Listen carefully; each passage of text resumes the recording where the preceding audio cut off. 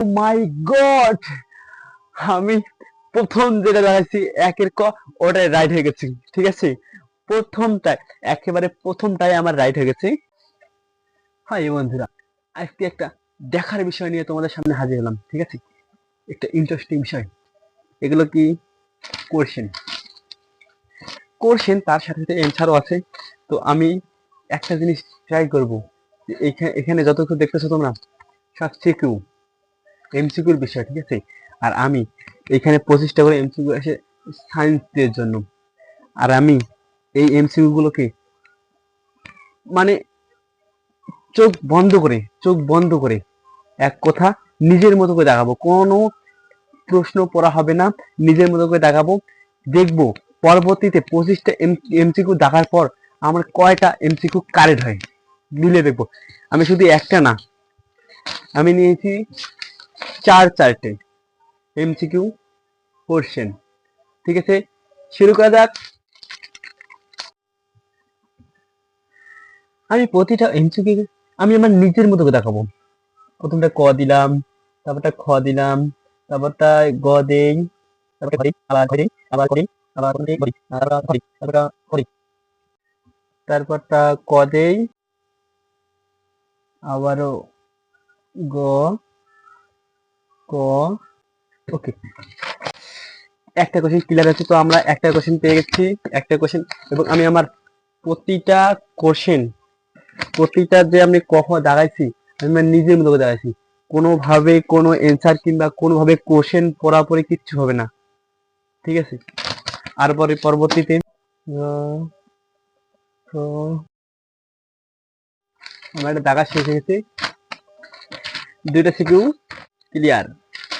এই দুটো MCQ clear করার পর আমরা এনসারের দিকে চলে যাব। দুটো হয়েছে, আর দুটো বাকি আছে।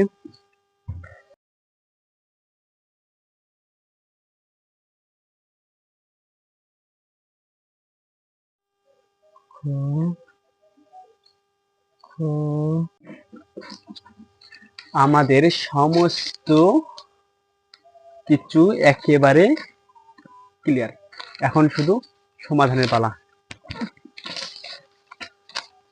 একা কি সমাধান করব, সময় লাগবে না। সমাধান কিভাবে পাবো? আমার এরা এমসিকিউ এবং আমার এখানে সমাধান রেডি। ঠিক আছে, হয়ে যাক সমাধান।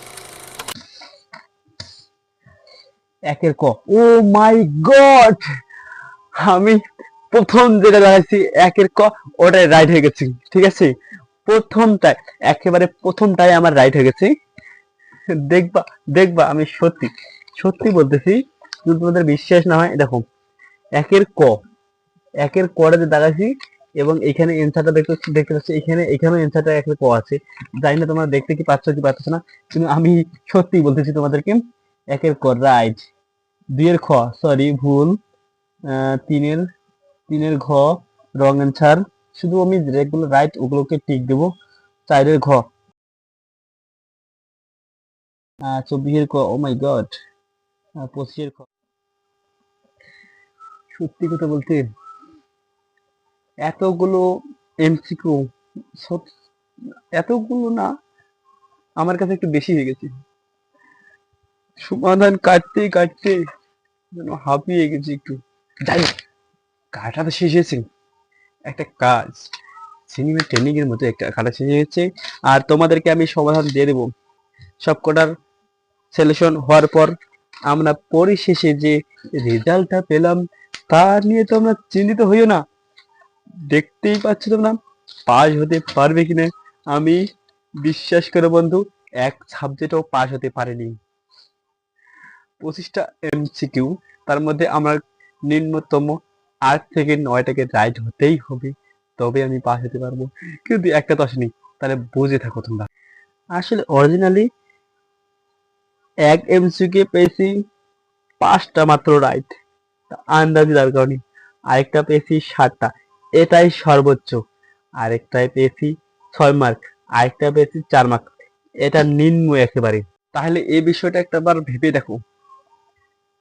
খুব সাবধানী, কেউ না পড়ে পরীক্ষার হলে যাবেন না। নয়তো পাস হওয়ার সম্ভাবনা একেবারেই নেই।